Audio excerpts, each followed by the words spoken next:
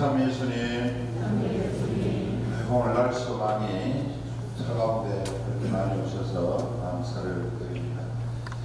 올겨울 들어서 제일 추운 날이 아닌가 싶습니다. 저도 성모님하고 은행에 볼일이 있어서 잠시 외출을 했는데 무릎도 시리고 손도 시리고 머리숱이 점점 줄어들었어요. 옛날 말로 짱뱅이도 시리고 마음도 시리고 코로나 때문에 더더욱이 마음도 꽁꽁 얼어붙는 그런 날씨였던 것 같습니다.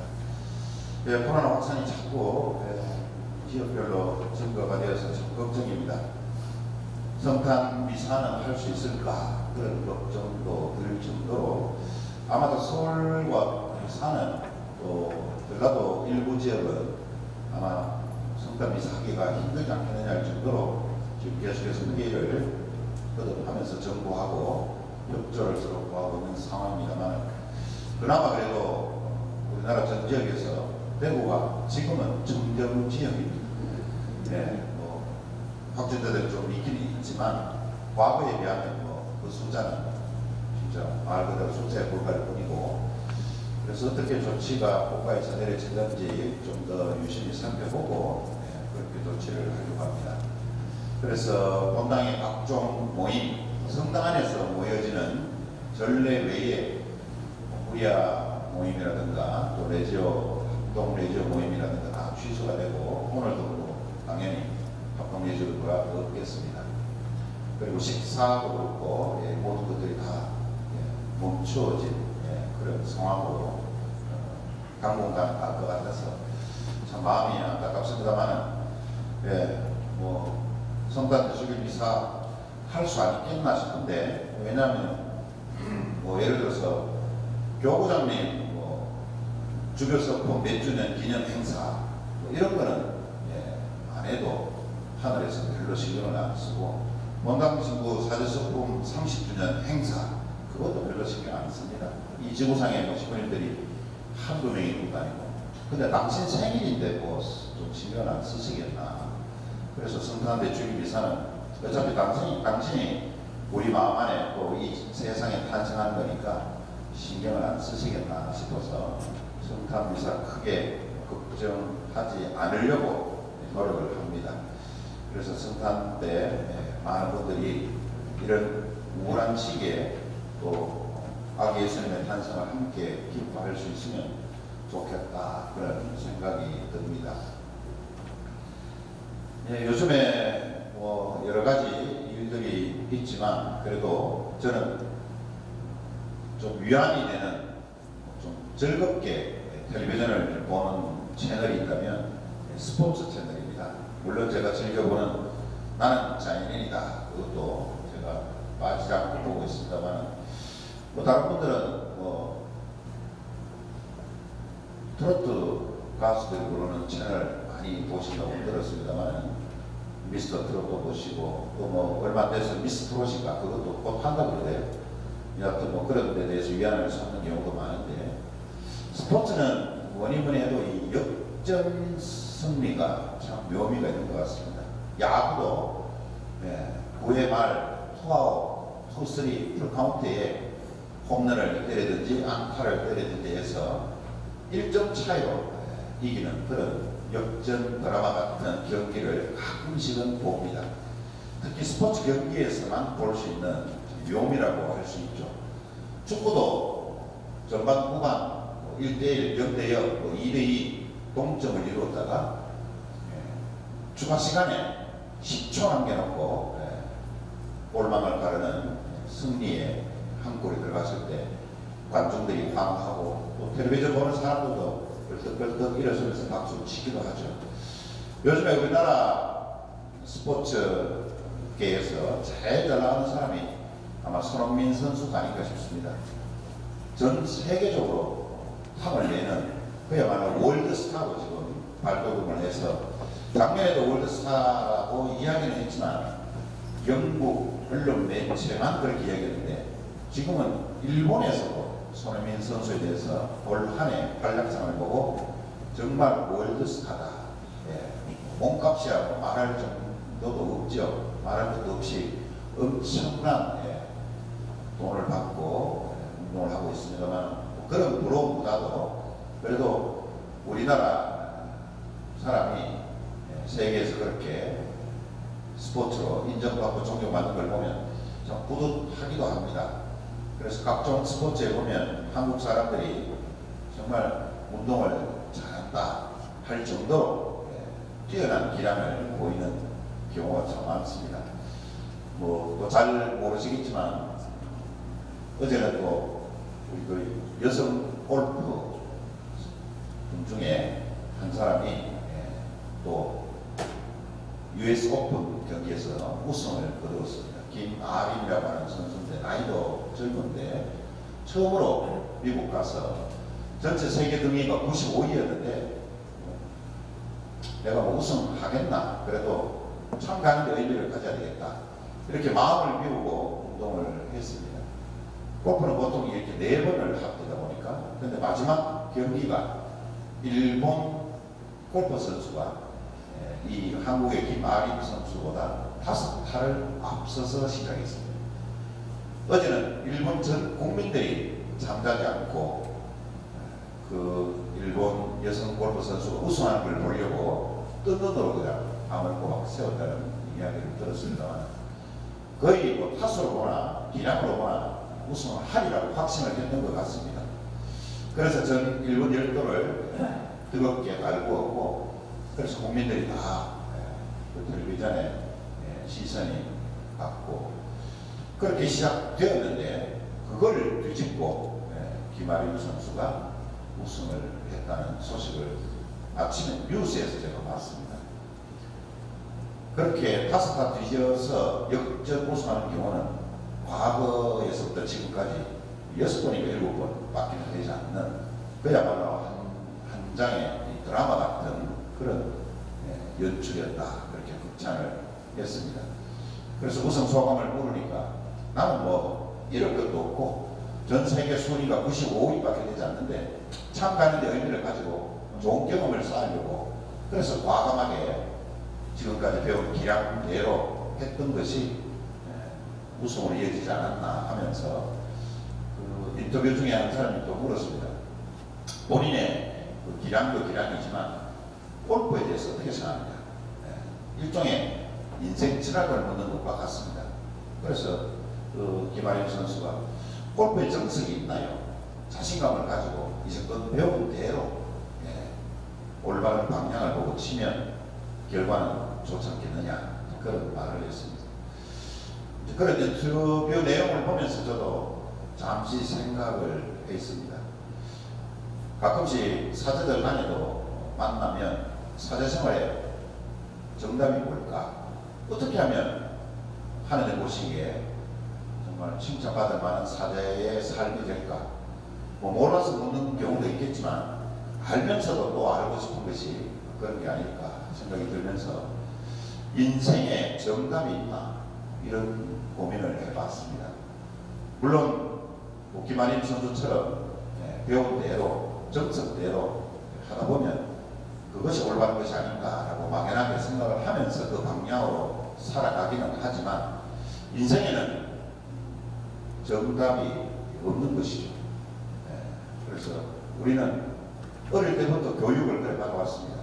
사지선다부터 시작해서 뭐 객관식이든 주관식이든 간에 정답이냐 오답이냐 거기에서 늘 고민하면서 갈등하고 살아왔기 때문에 그래서 그것이 정답이면 기뻐 날뛰고 하루가 즐겁고 한 달이 즐겁고 1년이 즐거운데 그것이 오답일 경우에는 실망하고 낙담하고 우울해지고 그랬습니다.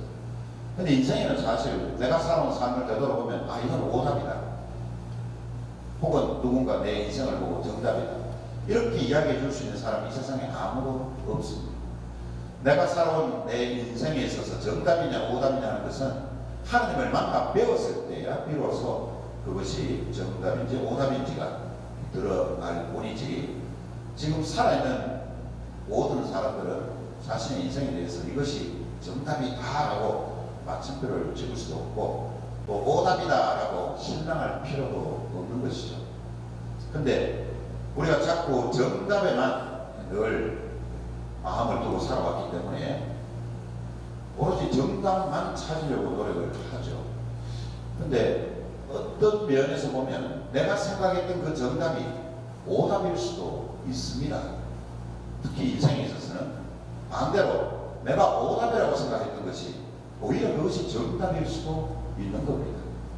그래서 상대방을 보면서 저 사람의 삶은 오답이야, 혹은 내 삶을 보고 나는 정답으로 살아왔어, 이렇게 이야기한다는 것은 교만의 극치라고 밖에는 볼 수 없죠. 더 중요한 것은 오답 속에 정답이 있을 수 있다는 이러한 진리도 우리가 한 번쯤은 생각해 볼 필요가 있는 겁니다. 그래서 이 내림 시기에 아기 예수님을 기다리고 또 아기 예수님이 내 마음 안에, 우리 가정 안에 탄생하도록 우리가 지금 준비하고 있는데, 어느 것이 정답인지 오답인지는 몰라도 배운 대로 정석대로 그렇게 하나님의 말씀에 따라 준비하면 이번 성탄은 참으로 아기 예수님이 내 마음 안에 그리고 우리 가정 안에 실제로 탄생할 수 있으리라 생각이 듭니다. 예, 오늘 주제가 우리 사랑해도 될까요? 라고 물음표를 붙여봤습니다. 실질적인 내용은 동성애에 대한 가톨릭 교회의 가르침에 대해서 여러분들에게 말씀드리려고 합니다. 물론 제가 이쪽 방향으로 전공을 했지만 전공한 것을 여러분들에게 자랑하려고 하는 것이 아니고, 사실 9.11기도 우리 본당뿐만 아니고 어디에서 듣든 주로 성경, 우리 신앙생활에 관계되는 교의적인 것들, 이런 내용들을 쉽게 여러분들은 들을 수 있습니다. 그리고 컴퓨터 안에서 얼마든지 가톨릭 신문이나 평화신문 혹은 평화방송 그 외에도 내가 원하고자 하는 내용들을 치면 다 자료를 얻을 수 있어요. 근데 실질적으로 이 동성애 문제가 우리 사회에 깊게 뿌리 잡은 지도 오래됐고, 또 이것이 실질적으로 현재 진행형 속에서 많은 성소수자들이 고통에 시달렸음에도 불구하고 다른 정치적인 이슈 때문에 이런 문제들이 가려져 있다는 사실. 그래서 현재 입법 청원을 했지만 계류 중에 있는 이 동성애자 보호법, 이런 것들에 대해서 그래도 동시대를 살아가는 가톨릭 신자로서 당연히 알아야 될 내용이라고 생각이 듭니다. 나하고는 상관없는 이야기라고 생각하겠지만 의외로 생각보다 커밍아웃을 하지 않기 때문에 내가 몰라서 그렇지, 이런 문제 때문에 특히 더 구체적으로는 성에 대한 정체성 혼란 때문에 고통받고 또 한편으로는 핍박받으면서 살아가는 우리의 이웃들이 많습니다, 생각보다. 그래서 코로나도 전수조사를 어느 정도 한 해에 따라서 확진자가 몇 명이다 많아질 수도 있고 적어질 수도 있듯이, 사실 이 성에 대한 정체성 혼란으로 인해서 고민하고 있는 어린 학생들부터 성인이 이르기까지 실질적으로 조사해보면 생각보다는 이런 성향을 가진 사람들이 우리 주변에 많다는 사실을 확인할 수 있고, 바로 내 이웃 옆집에 사는 사람이 그런 문제로 고민하고 어디 가서 말도 못하고 또 알려지면 다른 사람들부터 손가락질 받으면서 고통 속에 신음하고 있는 사람들도 있다는 사실을 우리가 알아야 되겠습니다. 우리 사랑해도 될까요? 결론부터 말씀드리면 사랑하면 안 됩니다. 그런데 사랑도 종류가 있죠. 여기서 말하는 사랑이라는 것은 아가페적인 사랑이 아니고 에로스적인 사랑을 의미합니다. 육체적이고 쾌락적인 사랑에 금지되는 이야기가 하는 것이지, 아가페적인 사랑은 동성 안에도 할 수 있죠, 당연히. 오늘도 거리 띄우기 때문에 덤섬덤섬이라 앉으셨지만, 어떻게 앉다 보면 여성분들끼리 앉을 수도 있고 남성분들끼리 앉을 수도 있고, 특히 성당에 가보면 대개는 좀 남자분들은 남자분대로 거의 고정된 좌석들이 있어요. 근데 자칫 잘못하면 외국에서는 보면 이상하게 봅니다. 남자들끼리 딱 붙어 앉아 있으면, 호텔에 가도 여성하고 호텔에 가는 것은 아무렇지 않게 봅니다. 근데 같은 동성 간에 한 방을 쓰면 이상하게 봅니다. 우리는 한국 사람들은 돈 아끼려고 침대 2개든 3개든 4개든 여러 명 들어가서 자려고 하는데 외국인들이 볼 때는 어떻게 같은 동성들끼리 한 방에서 자는지 이렇게 오히려 묻습니다. 그 정체성에 대해서. 그만큼 민감한 문제고 또 실질적으로 이상하게 볼 수밖에 없는 그런 일들이 일어나기 때문에 그렇지 않을까. 그래서 오늘 사랑해도 될까요? 하는 것은 가톨릭에서는 동성 간의 사랑, 아가페적인 사랑이 아니라 에로스적인 사랑은 해서는 안 된다는 가르침을 갖고 이런 말씀을 드리려고 합니다. 우선 동성애가 뭐냐? 그냥 여러분들이 알고 있는 지식 안에서 분명히 알고 계시리라고 생각이 듭니다. 그래서 한자어로 동성애 이렇게 적어놓으면 금방 알아듣습니다. 우리가 같은 성끼리의 사랑을 의미하는 것이죠. 외국어로는 호모섹슈얼리티라고 이야기를 합니다. 사전에 따르면 동성애가 뭐냐? 말 그대로 이 한자어 그대로 번역한 것과 마찬가지입니다. 같은 성끼리의 사랑을 의미합니다. 모두에 말씀드린 대로 여기서 말하는 사랑이란 아가페적인 사랑이 아님을 인식을 하고 우리가 이 강의를 들어야 될 것 같습니다. 남성은 남성끼리, 여성은 여성끼리 서로 에로스적인 사랑을 하려고 하는 그런 취향, 그런 자세를 의미하는 것이고요. 두 번째로 동성애란 생물학적 또는 사회적으로 같은 성별을 지닌 사람들 간의 감성적, 성적 끌림 혹은 성적인 행위를 의미한다고 정의 내릴 수 있겠습니다. 이런 성향을 가진 사람들은 다 동성애 성향을 가진 사람이다 라고 볼 수가 있는 것입니다. 그러나 당장 우리가 동성애 혹은 동성애자들을 단죄하거나 그들을 죄악시해서는 안 되는 것입니다. 뒷부분에 말씀을 드리겠지만 이런 성향을 가진 것이 본인의 잘못이 아니기 때문에 그렇습니다. 아직은 확실히 밝혀지지는 않았지만 하나의 질병으로 인식을 하고 지금 의학계에서도 이런 동성애 성향에 대해서 인정을 합니다. 물론 여러 가지 치료법을 동원해서 본래 자신의 정체성을 찾아가도록 노력하고 또 그렇게 유도도 하고 있지만 원래 태어나면서부터 이런 성향을 가져서 동성간의 사랑으로 나아가는 사람들이 실질적으로 있고 또 그것은 우리가 의학에서는 질병으로 보기 때문에 이 사람들 인격이 잘못되었다 혹은 이 사람들은 죄인들이다 이렇게 단정 지어서는 안 되는 것입니다. 세 번째로 동성애란 상대에 대한 동성 상대에 대한 감정적이고 사회적이고 성적인 이끌림이 있는 성향을 가진 사람들 이런 사람들을 우리는 동성애자라고 이야기를 합니다. 보통 우리가 자주 들었죠, 그죠?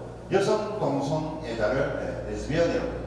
이것은 단지 다른 의미가 있는 것이 아니고 성의 이름을 따서 레즈비언이라고 하는데 옛날에 이 동성애 성향을 가진 여성들이 함께 모여서 살았던 조그만 성 이름을 따서 요즘에는 여성 동성애자를 레즈비언이라고 부르고요. 남성 동성애자를 게이라고 우리가 보통 영어식으로 표기를 합니다. 그러니까 동성애자하고 트랜스젠더하고는 다릅니다. 트랜스젠더는 자신의 육체적인 성과 정신적 성이 일치하지 않는다고 받아들이는 사람. 그래서 성전환 수술을 하는 경우도 있죠. 많은 사람도 있지만 그래서 꼭 성전환 수술을 해야 트랜스젠더라고 꼭 못 박을 이유는 없습니다. 그런 일치하지 않는다고 받아들이고 있는 사람도 트랜스젠더들이죠. 근데 아닌 사람들이 또 마치 그런 것처럼 연극하는 경우는 있죠. 그런 사람들은 예외적이고 실질적으로 내가 가지고 있는 육체의 성과 내가 생각하는 정신적인 성이 다르다. 나는 지금 남자지만 나는 여성으로 살고 싶다. 나는 내 정신은 여성이야. 또 반대되는 입장도 마찬가지고요. 이런 성향을 가진 사람들을 트랜스젠더라고 이야기하고 실질적으로 거기에서 벗어나기 위해서 성전환 수술을 하는 경우도 있습니다. 동성애의 역사를 우리가 살펴보면 이것이 단순히 근대나 현대에 와서 이런 문제가 등장하는 것은 아님을 알 수 있습니다. 동성애 역사는 사실 따지고 보면 인류의 시작 때부터 있어 왔습니다. 그래서 성경에, 특히 구약 성경에 동성애에 대한 언급이 자주 나옴을 알 수 있습니다.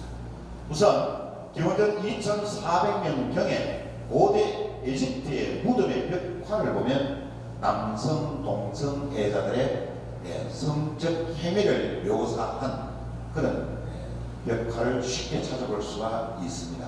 그렇다면 훨씬 전에 이런 동성애 역사가 있었다는 것을 쉽게 알 수 있고, 또 고대 그리스 철학자 플라톤 기원전 5세기입니다. 그 당시에 양반이 썼던 향년이라는 책에 보면 소크라테스가 동성애자였다고 주장하고 있습니다.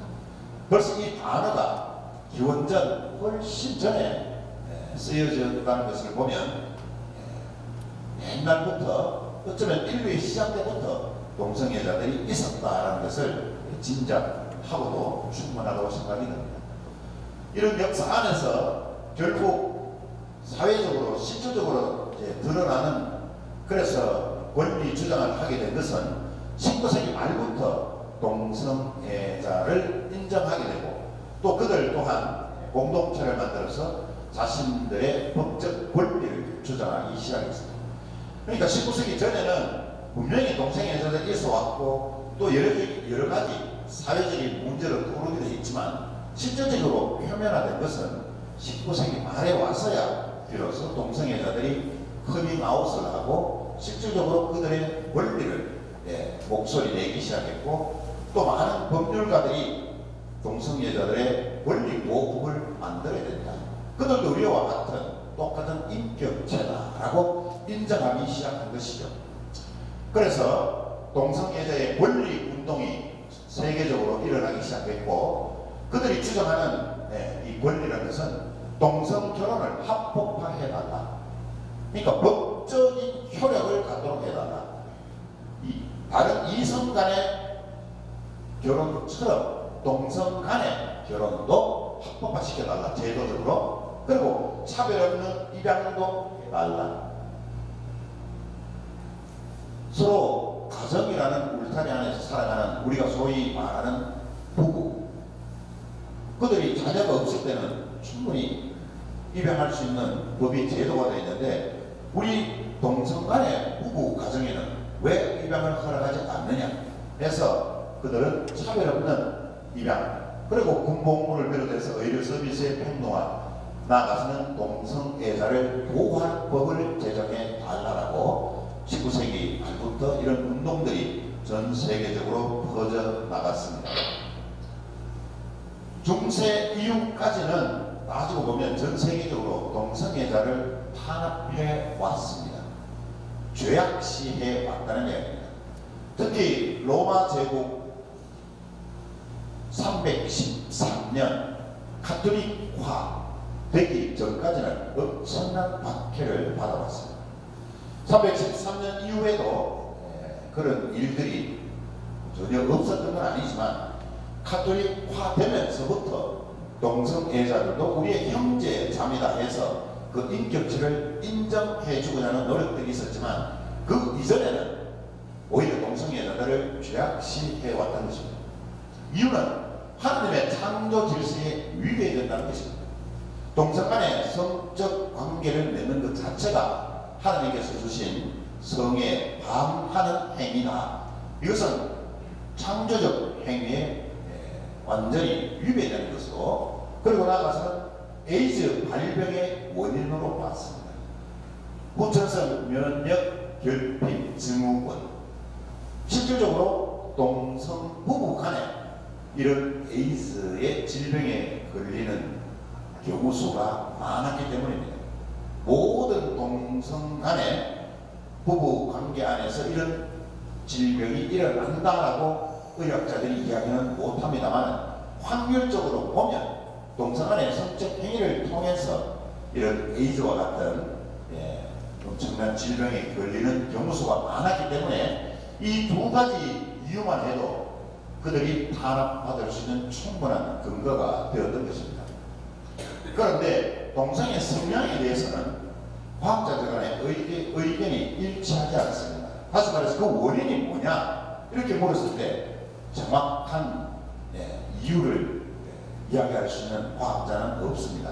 단지 부모의 육아 방식에도 영향을 끼칠 수 있다는 가능성을 과학자들 언급을 했고, 두 번째 이유는 유아 때의 성적인 경험에 의해서 이런 성향이 발달될 수도 있다는, 그러나 정확한 과학적 근거는 없습니다. 그래서 왜 동성애자는 아닌데 딸들이 많은 가정에서 막내 아들이 태어나면 아무래도 아버지밖에는 남성이 없죠. 엄마를 비롯해서 누나 5명이 다 여성이잖아요. 그러다 보면 좀 여성스러운 모습은 있을 수 있지만 그 아이가 동성애 성향을 가질 수 있다 이렇게 이야기는 100% 말할 수 없는 것입니다. 반대의 경우 수도 마찬가지고요. 그러나 아무래도 어릴 때 충격적으로 그 트라우마가 있는 성적인 어떤 경험이 있다면 이런 것들이 어릴 적부터 인격관이 형성이 되어서 나이가 들면서 이런 동성애 성향이 커져 나간다라고 이야기를 하지만, 그럼에도 불구하고 정확한 과학적 근거는 아직도 없습니다. 그런데 이상한 것은 동성애라는 것이 인간에게만 있는 것이 아닙니다. 1500종이 넘는 동물 종에서도 동성애 성향을 발견할 수 있었던 것입니다. 따라서 물론 인간과 동물은 다르다고 하지만 이런 것들이 어떤 면에서 자연스러운 성향으로 인정이 돼야 되지, 그 사람의 잘못으로 인해서 그런 성향을 띈 것처럼 죄악시하거나 핍박해서는 안 된다. 그래서 동성애 권리 운동이 펼쳐지기도 하는 것입니다. 동성애에 대한 성령의 가르침을 보면요, 첫째는 창세기 19장 1절에서 11절에 보면 소도 도시라는 그 울타리 안에서 남자들끼리의 그런 동성애 행위에 대한 이야기가 나옵니다. 여러분 뭐 영화 많이 보셨죠? 뭐 성경 읽으신 분은 더더욱이 더 잘 아실 것이고, 소돔과 고모라가 타락하고 멸망하게 된 원인, 첫 번째 원인이 바로 성적 타락 때문에 하나님의 천벌을 받았다라고 나오고 있습니다. 그래서 성경에 보면 창세기에 소돔 남자들의 이야기가 등장하면서 창세기에서는 동성애는 반드시 배척해야 된다. 왜? 하나님의 징벌을 받기 때문에 그렇다라고 인식이 되어져 왔습니다. 레위기 18장 22절과 20장 13절에 보면 동성애 행위자들은, 그러니까 동성애자들은 하느님 백성이 아니다, 그들을 단죄했음을 알 수 있습니다. 그러니까 그 당시의 성 개념으로 보면 어떻게 동성끼리 서로 좋아하고 사랑하고 또 실질적으로 육체적 관계를 가지느냐, 이것은 있을 수 없는 일이다. 이건 하나님의 백성이 아니다라고 제외시켰던 것입니다. 고린도전서 6장 9절에 보면요, 사도 바울은 하느님 나라에 들어가지 못하는 사람들 가운데에서 동성애 행위를 하는 자들을 포함시켰습니다. 이 대목에서 우리가 중요하게 봐야 될 것은 계속 반복해서 나옵니다. 동성애 행위자들, 동성애 행위를 하는 자들, 동성애자들을 단죄하지 않았다는 이야기입니다. 가톨교회는 지금도 과거에도 변함이 없습니다. 동성애자들을 단죄한 경우는 단 한 번도 없습니다. 그들도 우리와 똑같은 인간으로서 하느님의 형상으로 창조된 피조물이다. 그러나 동성애 행위를 하게 되면 그것이 하나님께서 주신 성의 본질을 거스르는 것이기 때문에 죄가 되는 것이다. 이 개념을 여러분들이 분명하게 가지셔야 되는 것입니다. 로마서 1장 18절에서 32절을 보면 역시 바울 사도는 인류의 어두운 타락 중 하나는 동성애 행위라고 가르치고 있습니다. 이것은 이미 구약에서부터 알 수 있는 소돔과 고모라의 멸망, 이것이 바로 후대인들에게 주는 엄청난 교훈이었기 때문에 어두운 타락 중에 하나가 바로 동성애 행위다 해서 동성애 행위는 과거에서부터 지금까지 단죄시 하고 있는 것입니다. 디모데후전서 1장과 10장에 보면 동성애 행위자들을 죄인으로 지칭합니다. 이제는 반복되는 말이죠. 동성애자들을 죄인으로 지칭하는 것이 아니고 동성애 행위를 하는 자들, 성적 관계를 가지는 그런 사람들을 죄인으로 지칭했다는 것을 우리는 성경을 통해서 동성애 혹은 동성애 행위에 대한 가르침을 알 수가 있는 것입니다. 너무 심각하게 이야기해서 좀 농담을 좀 해야 되겠는데, 강의 전에 어떤 분하고 대화하다가 제가 생각이 나서 질문을 하려고 합니다. 사실 이 성체 공경에 대한 이야기는 여러분들 강의를 통해서나 교리를 통해서 충분히 인지하고 계시리라 생각이 듭니다. 제가 신학생 때만 해도 프랑스에서 오신 그 교수 신부님이 계시는데, 물론 한국말로 강의를 하셨어요. 그분이 저한테 그런 말씀을 하셨습니다. 신학생 때. 신학생, 한국 신부님들은 좀 이상해요. 이렇게 이야기해요. 왜요? 아니, 미사를 열심히 봉헌하고 강론도 열심히 준비하는 것은 칭찬할 만한데, 성체 성사가 이루어지고 영성체 후에 하는 행동을 보면 이상해요. 무엇이 이상하단 말입니까? 구체적으로 말씀해 주십시오. 그랬더니, 성체에서 영성차도 보면 손에 묻는 성체 가루가 있을 것이고, 또 제대 위에서 큰 성체, 여러분들에게 보라 하나님의 어린양 할 때 그것을 이제 쪼개다 보면 쉽게 이야기해서 조각들, 파편들이 좀 튀죠. 그런데 한국 신부님들은 그 파편, 조각 하나하나를 찾으려고 얼마나 신경을 쓰고 손가락에다가 침 묻혀가지고 찍어서라도 그걸 다 본인이 염하려고 하는 모습을 보면서 막 웃었다는 거예요. 유럽에서는 그렇게까지는 하지 않거든요. 육안으로 그냥 쉽게 볼 수 있는 조각이라면 신부님이 제대 위에서 염할 수도 있지만, 눈에 잘 보이지 않는 좁쌀만한 성체 조각 하나하나를 한국 신부님들이 제대 위에서 손가락으로 일일이 짚어가면서, 그런 거 같으면 망원경이나 아니면 현미경이나 돋보기를 갖다 놓지 왜 그렇게 그런 거를 찾고 있느냐, 그런 이야기를 들은 적이 있어요. 그러니까 우리가 성체에 대한 공경심이 있는 것은 좋은데, 지나친 성체에 대한 공경심은 오히려 전례 분위기를 흐트릴 수도 있습니다. 옛날에는 또 성당에 어떤 원인 모를 어떤 불이 났을 때 본당 신부님이 제일 먼저 발견했다면 가장 첫 번째로 취해야 될 행동이 뭔지 아세요? 성당에 들어가서 감실에 모셔져 있는 성체를 모셔옵니다. 실제로 유럽에도 그런 일들이 있었습니다. 성당에 불이 나니까 본당 신부님이 제일 먼저 감실에 가서 성체를 모셔오다가 머리 다 타고 화상 입고 이런 경우도 있었습니다. 다행히 우리 성당에는 불이 안 나서 저는 뒤쳐 들어올 이유도 없고, 불나도 저는 잘 안 들어갑니다. 감지를 안 탑니다. 만약에 타도 그냥 자연스럽게 타겠죠. 그 불에 타고 있는 성체를 꼭 모셔와야 될 이유는 없는 겁니다. 옛날에는 이제 그만큼 성체 공경에 대한 공경심이 워낙 강하고 깊었기 때문에 그런 일들이 있었던 것입니다. 예를 들어서 아까 물어봅시다. 제가 영성제 때 신자분들에게 그리스도의 몸하고 성체를 영해 드리는데, 그것이 손바닥에서 바닥으로 떨어졌어요. 주스려고 하는데 쥐가 와서 먹었어요. 그럼 어떻게 될까요? 쥐가 영성 장검이가 아닌 겁니다. 네? 물어볼게요. 쥐가 바닥에 떨어진 성체를 물고 가서 먹었어요. 그럼 어떻게 돼요? 거룩한 쥐가 됩니다. 성체는 거룩하잖아요. 쥐가 영성제 한 겁니까? 안 한 겁니까? 아니죠. 왜? 쥐가 성체인지 아닌지 모릅니다. 돼지도 마찬가지죠. 그냥 눈에 보이는 음식으로 생각을 했겠죠. 맛있게 먹었으면 됐어요.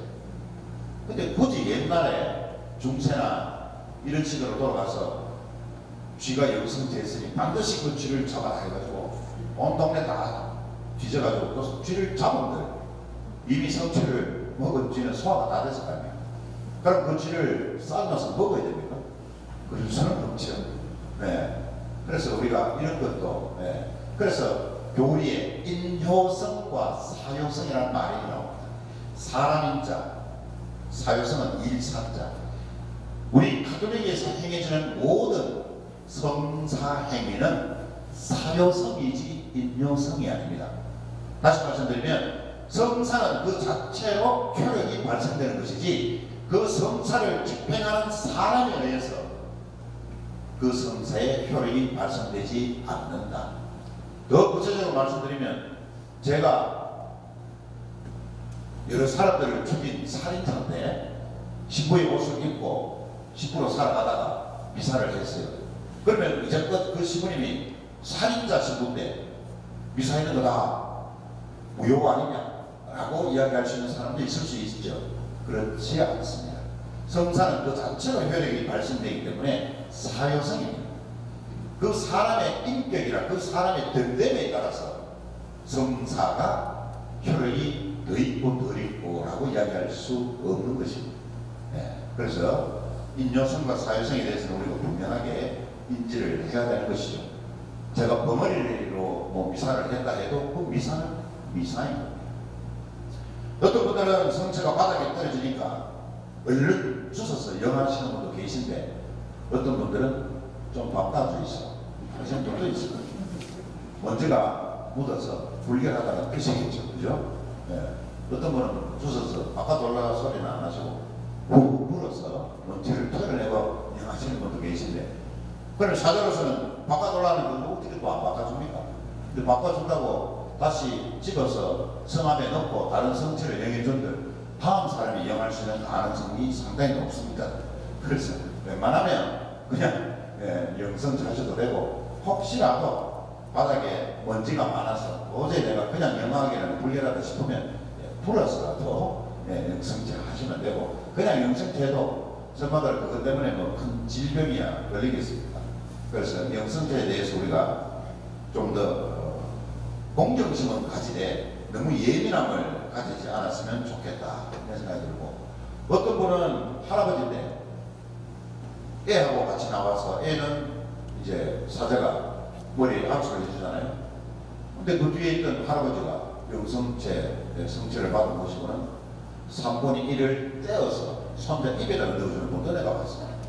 이게 무슨 영험한 효력이 있는 무슨 좋은 약처럼 그런 분도 계시고 어떤 분은 영성체 하는 척 하면서 집에 가지고 가는 경우도 있었습니다. 그 이제 몰랐으면 어쩔 수 없지만 알고 있는 이상은 반드시 성체를 회수를 해야 되는데 집에 모셨다고 해서 그것이 성당처럼 감칠이 될 수 있느냐? 그렇지 않습니다. 그것은 오히려 성체를 모독하는 죄가 됩니다. 그래서 그런 행위는 하지 않는 것이 올바른 성체에 대한 존경심이 아닌가라고 생각이 듭니다. 희망원에 옛날에 그 미사로 갔을 때는 참 황당한 경우를 당했습니다. 희망원에는 아무래도 좀 정신적으로 어려움에 있는 분들이 거기가 수용시설에 계신 분들이잖아요. 그래서 이제 오후에 제가 미사하러 갔었는데 그 희망원 원장 신부님이 가는데 출타하시고 그래서 가서 내가 그리스도의 몸 하니까 어느 한 20대 여성분이죠.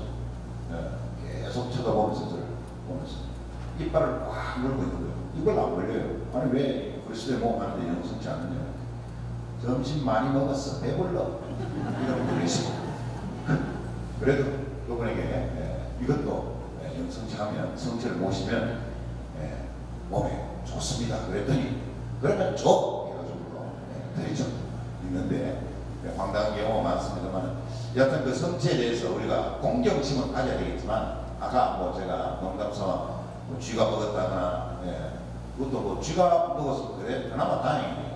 호랑이나 뭐 곰이 먹어서 누구야 붙잡히고 때려잡을 수도 없고 그래서 성체에 대한 공경심은 분명히 우리가 가져야 되겠지만 너무 그런 경우에 있어서 옛날에 또 환자분들이 성체를 영했다가 배탄하는 경우가 있어요. 속이 안 좋거나 그때 시부님들이 배탄엔 그 성체를 다 입으로 다 영했습니다. 그래서 이제 따라가셨던 공성체 봉사자들이 보고만 놀라는 경우가 있는데 놀랄 것도 없죠. 성체에 대한 공경심으로 눈에 보이기 때문에 그 성체를 받아 모시는 것은 하느님께서 다 해결해 주실 일이니까. 자, 동성애에 대한 우리 가톨릭 교회의 입장, 언론을 통해서 이야기한 내용을 제가 몇 가지만 추려보면 이렇습니다. 2013년도 언론 보도에는 한 남성과 한 여성의 결합으로 이루어진 가정이 하나님 앞에서 올바른 가정의 모습이다라고 이야기하고 있습니다. 동성애자들에 대한 가톨릭 교회의 사목적 배려는 해야 되지만 동성애자들이 이루는 가정을 교회 입장에서 정상적인 가정이다라고는 할 수 없다라는 것입니다. 동성애자들 그 개개인에 대한 우리 가톨릭 교회가 할 수 있는 모든 사목적인 배려는 해줘야 마땅하지만 그 사람들이 이루는 둘이 같이 산다고 해서 그것을 가정이라고 이야기한다면 기존에 하나님께서 원하셨던 가정의 형태는 다 무너지고 만다라는 뜻입니다. 2015년도 11월 8일자의 언론을 통해서는 교회가 동성애자를 더 환영해야 한다. 왜냐하면 동성애자들에 대한 권익을 보호하려는 것이 없고 자꾸 이 사람들을 핍박하고 죄악시하고 사회에서 손가락질하고 또 취직도 할 수 없는 이런 지경에 이르다 보니까 생계에 엄청난 고통을 받았습니다. 그래서 우리 가톨릭 교회는 그들을 더욱더 사회가 적극적으로 수용해야 된다고 입장을 밝혔고요. 2018년 6월 16일에는 세상에는 다양한 종류의 가정이 있다. 그러나 하느님의 형상 안에서 한 남성과 한 여성으로 이루어진 가정이 유일하다.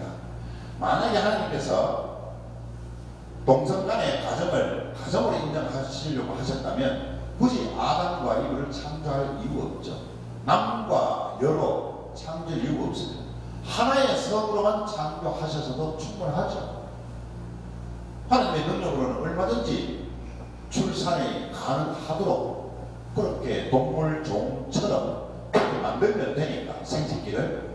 그러면 여성이든 남성이든 하나의 성만 만드셔도 되는데 왜 남성과 여성으로 창조하셨겠느냐. 이것은 한 남성과 한 여성이 만나서 성사를 통해서 가정을 이루는 것이 올바른 가정의 형태임을 가르쳐 주신 것이죠. 2019년 언론 보도에 동성애 행위는 창조주 하나님께 대해서 죄를 짓는 것이다. 동성애 행위는 창조주 하나님께 대해 반역을 하는 것이다 라고 분명히 가르치고 있습니다. 동성애자가 아니고 동성애 행위입니다. 동성애 행위입니다. 그 행위 자체는 성을 벗어나는 것이다. 그런데 2020년 10월 21일자 우리 가톨릭 언론이 아닌 뉴욕타임즈에서 교황님이 발언한 것을 오보했습니다. 현재 프란치스코 교황님이 동성 커플의 법적 권리를 보장하는 동성결합법 제정을 처음으로 공개 지지했다라고 불과 얼마 안 됐습니다.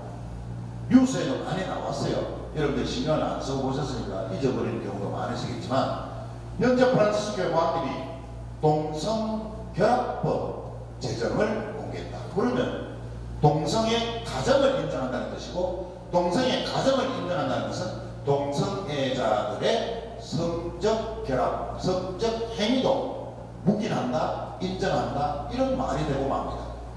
전혀 그렇지 않습니다. 오버했습니다. 그래서 여기에 대해서 우리 교회는 반박문을 했습니다. 교황님이 말씀하신 것은 동성애자도 주님의 자녀이며 가족이 될 권리를 가졌다. 그러니까 우리의 가족이죠. 두 사람 간의 가족을 이야기하는 것이 아니고 동성애자라는 이유로 그 누구도 쫓겨나거나 불행해져서는 안 된다라고 말씀하신 내용이다. 그래서 동성애자들의 권리를 보호한 것으로 성소수자 인권 존중 측면에서 말씀을 하신 것이지 동성애자들에 대한 현재 그 내용이 가정까지도 인정해주자. 또 아이들을 양육할 수 있는 권리도 인정해주자. 이런 내용을 교황님이 인정한 것은 아니다라고 반박문을 했어요. 한간에는 이게 뉴욕타임즈에 나오면서 전 세계 가톨릭 신자들이 교황청에다가 항의 전화, 항의 문서를 보내고 난리가 났습니다. 오보 하나 때문에. 그러나 전혀 그렇지 않습니다. 동성결합법 혹은 동성애법이라고 하는데 그 내용의 골자는 동성 커플에게도 이성 간 결혼과 똑같은 권한과 책임을 동등하게 부여하자는 내용이 골자입니다.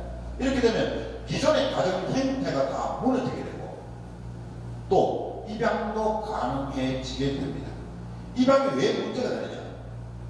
남성 둘이서 한 가정을 이루고 혹은 여성 둘이서 한 가정을 이루는 가정에 입양된 아이가 양육이 되면 어릴 때부터 이 아이는 성에 대한 정체성의 혼란을 가져옵니다. 바깥에 나가면 남성, 여성이 구분되어서 아버지, 엄마, 친구 집에 놀러가고 성이 다른 사람이 한 가정을 이루고 출산을 통해서 아름다운 가정을 꾸미는 모습을 보는데 나는 우리 집에만 가면 내가 볼 때는 똑같은 남성인데 엄마, 아빠로 구분되고 역할 분담일 뿐이죠. 혹은 똑같은 여성인데 한 여성은 아빠의 역할을 하는 역할 분담을 보면 이 아이는 어릴 때부터 자라면서 인격이 성에 대한 정체성의 혼란을 겪을 수밖에 없는 것이죠.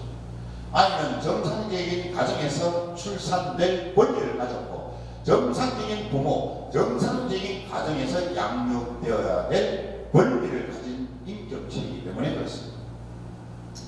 그래서 이 동성애법을 저지른 국가들이 있습니다. 이탈리아, 스위스, 프랑스, 특히 프랑스는 1791년 프랑스 대혁명 때 이 프랑스 형법에 동성애자들을 벌하는 내용을 다 삭제해 버렸습니다. 그래서 특별히 프랑스는 오래전부터 성소수자들의 권리를 보호하는 이 동성애법을 거의 인정하는 나라로 볼 수 있고요. 어쨌든 유럽 여러 나라에서 20여국 나라에서 이 법을 인정하고 있고 미국은 이제 주단이니까요. 일리노이주와 콜로라도주, 하와이 등은 5개 주에서 이 법을 제정했습니다. 그래서 실질적으로 가정으로 인정하고 또 입양권도 주게 되는 이런 문제들이 발생이 되어서 지금 여러 가지 문제들이 일어나고 있는 시점입니다. 동성애에 대한 우리 가톨교의 근본 가르침을 보면 이렇습니다. 우리가 잘 알고 있듯이 성이라는 것은 하나님께서 주신 아름다운 선물입니다. 이 아름다운 선물을 나라마다 특히 우리나라 같은 경우는 어릴 때부터 이 성에 대한 교육을 잘 받지를 못해서 성 이야기가 나오면 부끄러워, 수치스러워, 감춰야 되고 음지에서 이런 식의 잘못된 편향된 인식을 가지고 있습니다. 성은 드러나야 되는 것이고 누구하고의 대화 안에서도 성에 대한 주제를 가지고 말할 수 있어야 돼요. 이것은 부끄러움이 아니죠. 하나님이 주신 선물을 부끄럽게 여긴다면 하나님이 잘못된 것밖에는 결과적으로 보면 그렇게 되버리니까. 자, 혼인은 자녀 출산을 위한 성입니다. 그래서 혼인 성사를 통해서 가정 안에서 자녀가 출산되는 것은 바로 하나님의 창조 사업에 부합하는 것이다. 두 번째 가르침은 동성애 행위는 자연과 창조주의 뜻에 반하는 행위다. 그러니까 동성애사를 이야기하는 것이 아니고 동성애 행위, 성적인 행위를 의미하는 것입니다. 세 번째는 동성애 행위는 하나님의 창조적 질서에 위배되는 것이다. 왜냐하면 정상적인 가정에서 결혼으로 혼인 성사를 이루어진 부부 안에서 자녀 출산이 가능한 것이니까 그렇습니다. 동성애 행위는 이성의 혼인과 동일할 수 없다. 그래서 입양권도 주게 되면 그 입양된 아이의 성 정체성 혼란이 오기 때문에 모든 부부들이 갖는 법적 권리, 모든 가정들이 갖는 법적 권리를 줄 수 없다는 근본 가르침이고요. 가정은 이성 간의 혼인 성사 안에서 이루어지는 것입니다. 이성 간의 만남으로 인해서 하나님의 축복을 받은 혼인 성사로 인한 가정이야말로 참다운 가정임을 가톨릭 교회는 과거나 지금이나 앞으로도 계속적으로 이 근본 가르침을 이야기할 것입니다. 끝으로 이제 동성애자에 대한 사목적 배려를 보면, 동성애자는 똑같은 인간의 존엄한 가치를 지닌 존재로서 하나님께 주신 자유의지를 지니고 있다. 이 말은 동성애자는 우리가 똑같은 인간이다. 성향만 다를 뿐이다. 두 번째로 가톨릭 교회는 동성애 행위를 단죄하는 것이지 동성애자를 단죄하는 것은 아니다. 그 인격 자체를 죄악시하거나 죄인시하는 것은 옳지 않다. 모든 교회와 사목자들은 동성애자들을 위해서 적극적으로 사목적 배려를 아낌없이 베풀어 주어야 한다. 만약에 우리 봉당 내에 교우들 중에 이런 성향을 가진 사람이 있다면 그 사람을 손가락질하고 그 사람을 성당에 나오지 말라고 이렇게 해서는 안 된다. 오히려 더 따뜻하게 보호해주고 우리와 똑같은 사람으로서 별반 차이 없이 대해줘야 된다. 동성애는 범죄 행위가 아니지만 동성애 행위에 대한 도덕적 권리는 없다는 것을 분명히 알아야 되겠습니다. 자, 결론으로 가정은 모든 국가와 사회의 기초이자 밑바탕입니다. 따라서 정상적인 가정 안에서 새 생명이 탄생되어야 한다. 그래야 이것이 하나님의 창조 사업에 부합되는 것이고, 동성애자들의 입양 문제는 오히려 그 아이들의 정체성을 혼동케 만들고, 또 이런 아이가 자라면 그대로 답습하게 되는 것도 결과적으로 볼 수 있습니다. 동성애 원인은 아까 말씀드렸죠. 생물학적인 요인도 있지만 환경적인 요인도 있습니다. 태어나면서부터 동성애 성향을 갖고 태어난 사람도 있지만 실질적으로 가정 안에서 어떤 성교육을 시키느냐, 아니면 어릴 때 성폭력을 당하는 경우도 있죠. 최근에 이슈와 문제되게 조두 문제가 얼마나 많이 많았습니다. 이런 아이들이 갖는 성적 트라우마는 죽을 때까지 갑니다. 그러니까 남성에 대한 불안감, 혐오감, 이런 것들이 결국은 동성애로 이어질 수 있는 가능성은 또 열어놓는 셈이 됩니다. 그래서 우리 사회가 이런 것들을 책임질 수 있어야 되겠죠. 그래서 동성애자들도 인간이 지닌 존엄과 가치, 권리를 똑같이 존중받아야 한다. 그래서 우리의 형제요 자매임을 우리가 인정하고, 또 이런 그 동성애 행위에 대해서는 윤리적인 책임을 스스로 져야 되고, 교육도 병행을 해야 되겠고요. 그래서 국가나 또 우리 교회나 가정이 다 함께 이 소수자들을 위한 노력도 게을리 하지 말아야 되겠지만, 어려서부터 아이들이 성에 대한 정체성에 혼란을 가지지 않도록 성교육도 이렇게 국가와 교회와 가정이 함께 노력해야 될 필요가 있다는 것을 이야기하는 것입니다. 오늘 주제가 좀 무겁기도 하고 의외로 또 여러분들이 평소에 관심을 잘 가지지 않는 주제이긴 하지만, 한 번쯤은 그래도 우리 사회에 이 성소수자들이 우리와 더불어 함께 살고 있기 때문에 이들에 대한 나의 태도, 이들을 내가 어떻게 받아들이느냐, 그리고 가톨릭 교회는 이 사람들을 위해서 구체적으로 어떻게 가르치고 있는지를 알고 있어야 이들을 대하는 태도가 분명하게 우리가 그들을 보호하는 쪽으로 입장이 되지 않겠느냐 해서 이 주제를 가지고 딱 1시간 조금 덜 되게 강의를 했습니다.